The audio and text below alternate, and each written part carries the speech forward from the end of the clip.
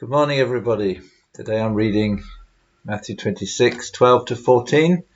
And when they had assembled, that is, the chief priests, had assembled with the elders and taken counsel, they gave a sufficient sum of money to the soldiers and said, "Tell people, his disciples came by night and stole him away while we were asleep.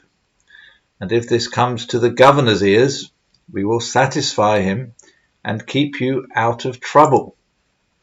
It was, of course, impossible for the disciples to have stolen the body of Jesus.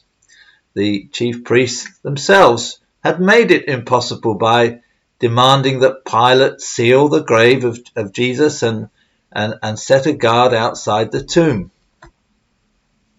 The guard would have been at least 12 soldiers, but most likely the usual 16. We are told in Acts 12, for example, that even Peter, a lower profile prisoner than Jesus, had 16 soldiers guarding him while he was in prison.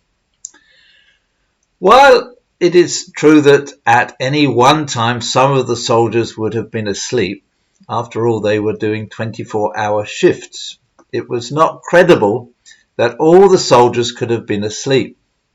Roman discipline was fierce, and soldiers who fell asleep on active duty were executed. The soldiers had a rotation system. They took it in turns to be actively guarding and to be resting. But even those resting and sleeping did so in a formation right in front of those who were wide awake and alert, standing just in front of the tomb.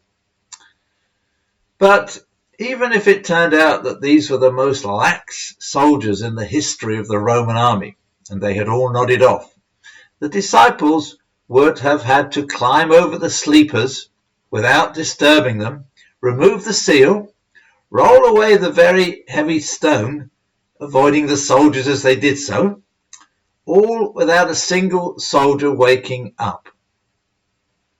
Knowing all of this, it's unlikely that anybody at all believed the story spread around by the chief priests through the soldiers. When Peter escaped from prison in Acts 12, the soldiers on duty were examined and then executed for their failure. But in the case of Jesus, there is no record of any discipline of the soldiers taking place. Pilate was a man of immense political authority and power. No doubt he would also not have appreciated being made a fool of.